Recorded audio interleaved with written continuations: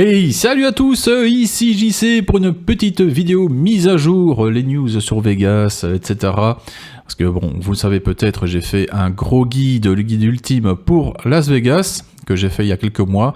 Et bah forcément, la situation change et il y a quelques mises à jour. Donc voilà, petite vidéo d'actualité. Je pars bientôt à Las Vegas pour rappel, du 29 mai au 10 juin, 13 jours de poker intense dans la ville du péché. Et allez, c'est parti, on va causer poker, accès aux États-Unis, des petites news, voilà, en vrac. Bonne vidéo à tous. Allez, on commence avec un petit rappel. Bon, c'est une news qui date quand même déjà de novembre, mais la Poker Room du Caesars Palace a retrouvé son lieu d'origine. Donc voilà, c'est fini, la petite Poker Room à 8 tables cachée au fin fond du casino. Non, c'est bon, c'est de retour. C'est définitif maintenant, on le voit ici sur l'image, donc avec des toutes nouvelles tables, nouveaux sièges, c'est très bien parce que les tables étaient usées, les sièges, c'était mon gros reproche lors de mon premier séjour à Vegas, c'est qu'il y avait plein de sièges qui étaient cassés et ils en avaient rien à foutre. Donc là voilà, maintenant on a vraiment quelque chose de clean et c'est nickel parce que ce sera juste en face de mon hôtel, donc là clairement j'irai. Donc pour rappel, ça avait fermé pour, on le voit ici sur l'image, faire place à une zone haute limite pour les slots à cause d'une rénovation dans la salle où ces slots étaient mis à la base. Donc voilà, les travaux qui ont duré, tout le monde qui s'interrogeait si la Poker Room n'allait pas fermer définitivement.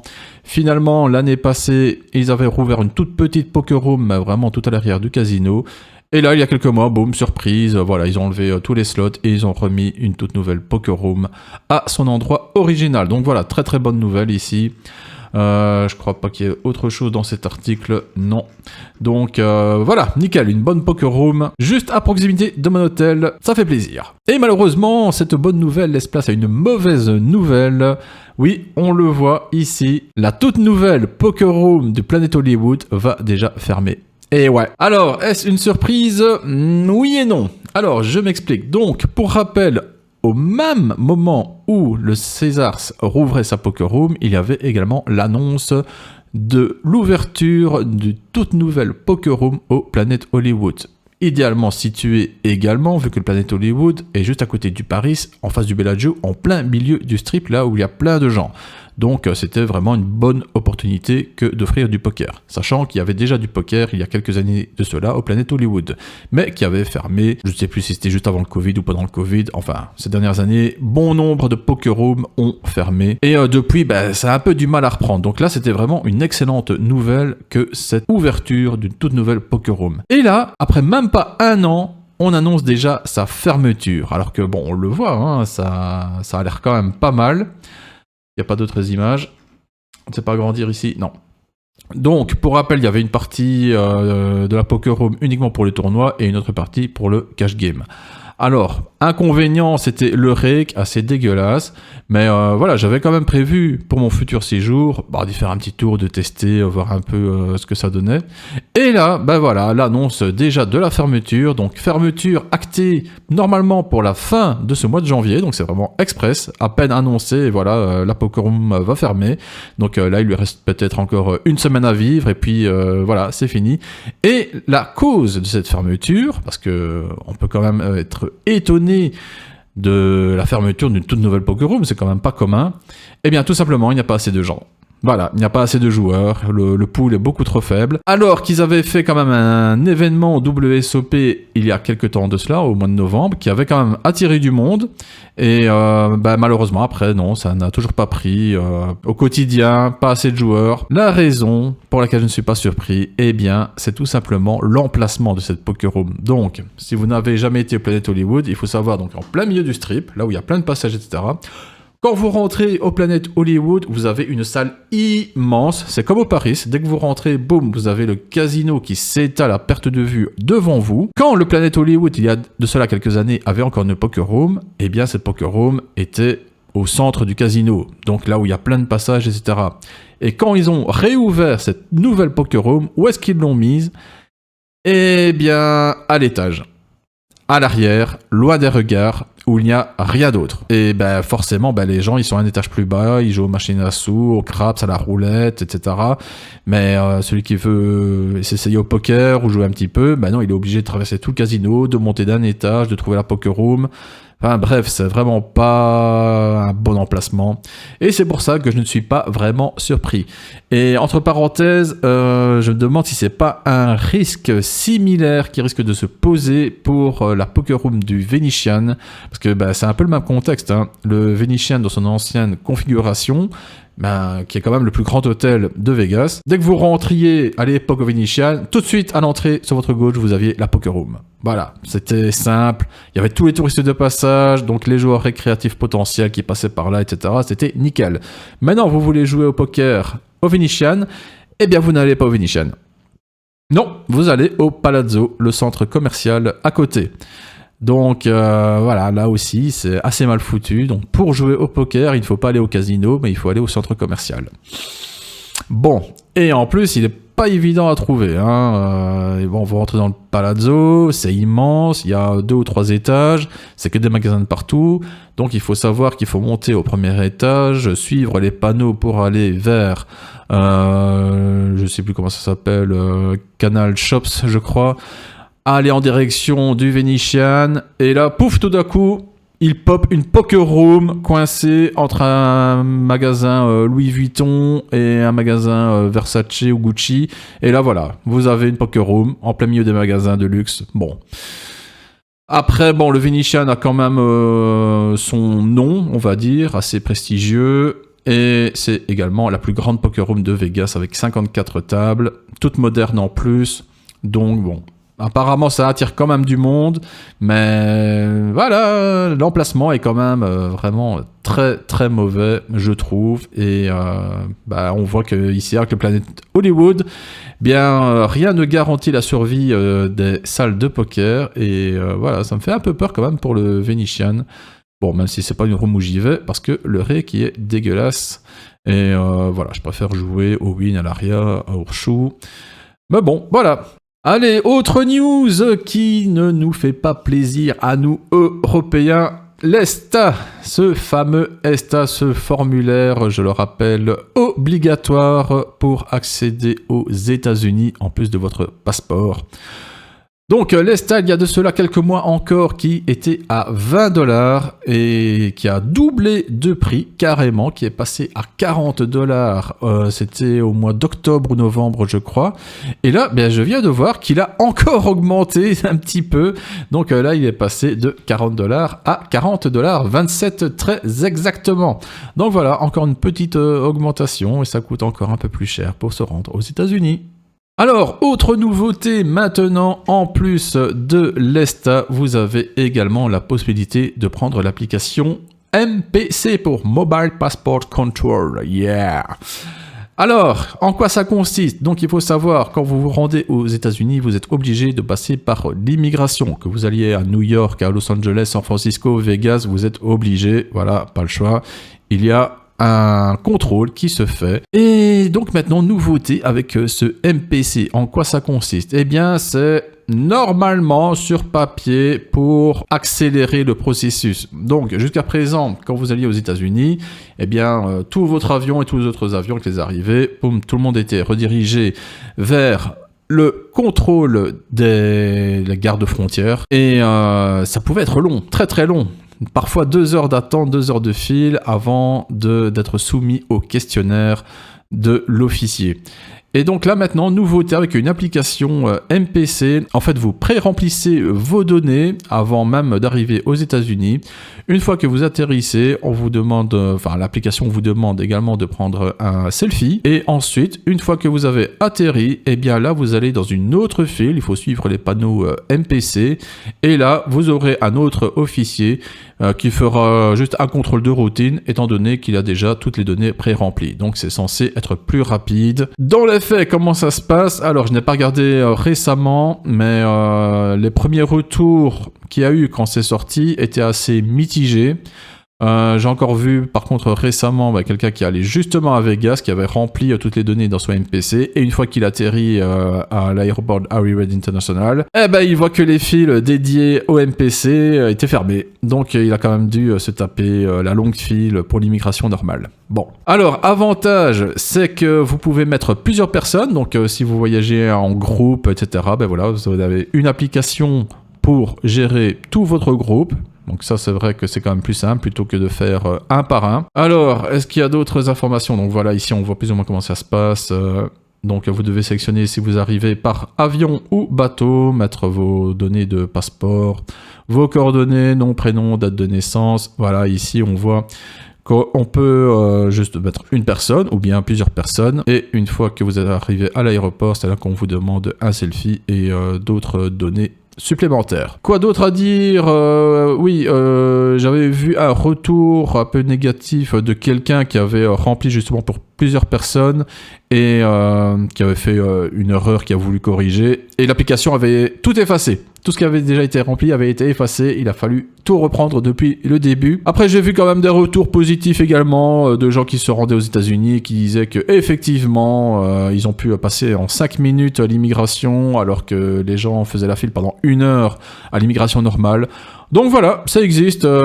Si vous allez aux États-Unis, pourquoi pas, il y a désormais cette possibilité. Et c'est une application gratuite, disponible bien évidemment sur Android et iPhone. Voilà. Alors, ici, c'est pas vraiment une petite news, mais je suis tombé là-dessus par hasard sur Reddit. Donc, un ticket de caisse assez récent. On va reparler des tips, des fees et compagnie. Voilà, hein, le grand problème pour nous, Européens. C'est assez récent, ça date du 18 janvier. C'est un ticket de caisse qui vient d'un établissement, un restaurant au Grand Canyon. Donc, forcément très touristique, assez cher, etc. Et qu'est-ce qu'on voit justement? Donc voilà, il y a toute la commande, etc. Il y en a pour 221 $, 18 $ de taxes normales, etc. Et la gratuity, cette fameuse gratuity dont je parlais récemment, donc qui est un tips pour l'ensemble du personnel, et mais ici qui a été compté à hauteur de 30% d'office. Voilà, boum. Tu payes déjà bien cher, parce que quand même la note de plus de 200 $ au restaurant, c'est quand même pas mal. Et là, boum, allez, sans demander ton avis, on te rajoute 30%. Clac, voilà, super. Et en plus de cela, eh bien, comme je l'avais déjà évoqué dans une vidéo précédente, vous avez encore la suggestion ici tout en bas du type. Eh oui, parce que vous avez déjà payé l'ensemble du personnel, mais vous n'avez pas donné le pourboire à votre serveur. Et donc on vous suggère encore de rajouter 18, 20 ou 25% à la note. Alors, imaginez que vous donnez 25%, bon ben voilà, boum, 76,45 $ ici, c'est énorme. C'est juste énorme. Et si maintenant vous dites ouais mais non, moi j'ai déjà payé la gratuité à 66 $, je dois encore donner un tip supplémentaire à mon serveur, vous dites non, là je veux pas. Et ce sera assez mal vu. Ce sera assez mal vu, là. Hein. Surtout le serveur, il s'est occupé de vous, etc. Il a aucun pourboire, lui. Hein. Donc voilà, c'est du scam. C'est du scam. Là, 30% imposé comme ça d'office, c'est juste énorme. C'est fou. Et alors, j'ai pas mis tout l'article en entier, mais je l'ai lu. Donc ici, le client en question a été trouvé un des serveurs qui lui a dit bah, c'est quoi ça, 30%, mais c'est juste énorme. Ouais, non, c'est comme ça. Oui, bah appelez-moi votre manager. Le manager est venu, lui a dit pareil, ouais, bah non, chez nous, voilà, c'est comme ça, c'est 30%, c'est d'office. Et il lui a quand même demandé, bon, ok, est-ce que vous voulez que je supprime Bon, le client a dit oui, bien évidemment. Et donc voilà, 66 $ d'économiser. Donc voilà, quand vous allez aux États-Unis, c'est pas typiquement à Vegas, hein, mais bon, Vegas, les prix sont déjà hyper élevés, donc, mais partout aux États-Unis, faites très attention à tout ce qui est taxes, tips, gratuity, mandatory service, voilà. Regardez bien les cartes avant de rentrer dans l'établissement. Normalement, tout ce qui est taxes, ça doit être affiché sur la carte. Avant même de commander, demandez toujours à un serveur c'est quoi les taxes, les tips, etc. pour ne pas avoir de mauvaises surprises. Allez, une dernière petite news piochée au hasard sur Reddit. J'ai vu ça passer juste avant de faire cette vidéo. Donc, vous n'êtes pas sans savoir qu'à New York, il y a un tout nouveau maire, socialiste de surcroît, ce qui est assez exceptionnel aux États-Unis. Et voilà ce que ce cher monsieur a affiché sur le réseau X. Si vous avez réservé un hôtel pour 200 $, vous devriez payer payer 200 $, point barre. Et donc, lui, à New York, il veut arrêter avec les fees, les suppléments, les frais cachés, etc. Le prix que vous voyez est le prix que vous devriez payer. Donc, ben voilà, peut-être un changement à New York où enfin le prix affiché serait le prix final sur votre facture. Après, bon voilà, ça reste juste à New York, mais qui sait, ça fera peut-être des émules ailleurs aux États-Unis. Donc qui sait, à Vegas, on sait que ces fees, les resort fees surtout, sont très controversé, mais d'un autre côté, je me fais pas d'illusions, si maintenant, par miracle, il y aurait une loi qui interdit les resort fees, ben, les hôtels, ils vont juste enlever la mention resort fees et ils vont augmenter le prix des chambres de 50 $. Voilà, tout simplement, c'est tout.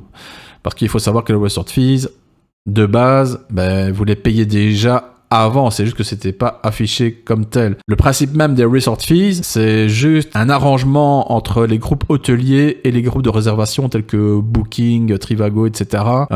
C'est uniquement, on affiche des prix bas, et puis en tout petit caractère, hein, vous savez, tel supplément, resort fees, parking, etc. Et c'est uniquement parce que quand les gens ils vont sur des sites de réservation, en général, ils demandent un affichage au prix le plus bas d'abord. Et ces hôtels, eh bien voilà, ça le permettait comme ça d'être en tête de liste. Sauf qu'après, il y a tous les suppléments qui s'accumulent, voilà. Et ça, forcément, les gens, ils n'y faisaient pas particulièrement attention. Voilà, c'est juste ça les resort fees en fait. Hein. Et donc voilà, je me fais pas d'illusions. Donc même si les resort fees sont supprimés, je crois pas que ça va changer grand chose. D'ailleurs, à Vegas, il y a le Best Western qui n'applique pas de resort fees. Ils l'affichent même en grand. Ils ont une banderole No Resort Fees en façade de leur établissement. Mais ils sont pas moins chers qu'ailleurs. Hein. Voilà, c'est toujours 150 $, la nuit. Voilà, c'est juste qu'il n'y a pas de resort fees. Mais bon, voilà, vous payez quand même la même chose au final. Donc voilà, c'était les petites news. Ah oui, un dernier truc à exprimer. Je me suis un peu renseigné sur la captation vidéo à Vegas parce que vous n'êtes pas sans savoir que maintenant je suis l'heureux propriétaire d'une Osmo Pocket 3 qui me filme d'ailleurs en ce moment. Et forcément que j'ai envie de prendre à Vegas, ce sera bien mieux que mon vieux téléphone pourri lors de mon premier séjour. Et j'ai demandé à ChatGPT, j'ai regardé un peu sur internet et en fait les casinos et hôtels ils sont vraiment pas fans de l'Osmo Pocket. Donc voilà, il faut savoir que ce sont des établissements privés, c'est normal, on n'est pas censé être autorisé à filmer dedans. Bon, maintenant, il y a tout le monde qui a un téléphone, etc. Donc bon, ça, ils laissent un peu passer. Mais apparemment, l'Osmo Pocket, non, ça, ils veulent pas du tout. Ça fait trop youtubeur, vlogueur, créateur de contenu. C'est vrai que c'est beaucoup moins discret aussi. Et alors, bon, forcément, sur YouTube, vous allez voir plein de vidéos qui ont été filmées à l'Osmo. C'est normal, il y a des dizaines de milliers de personnes qui circulent constamment sur le strip. Il n'y a pas un vigile derrière chaque personne pour vérifier, etc.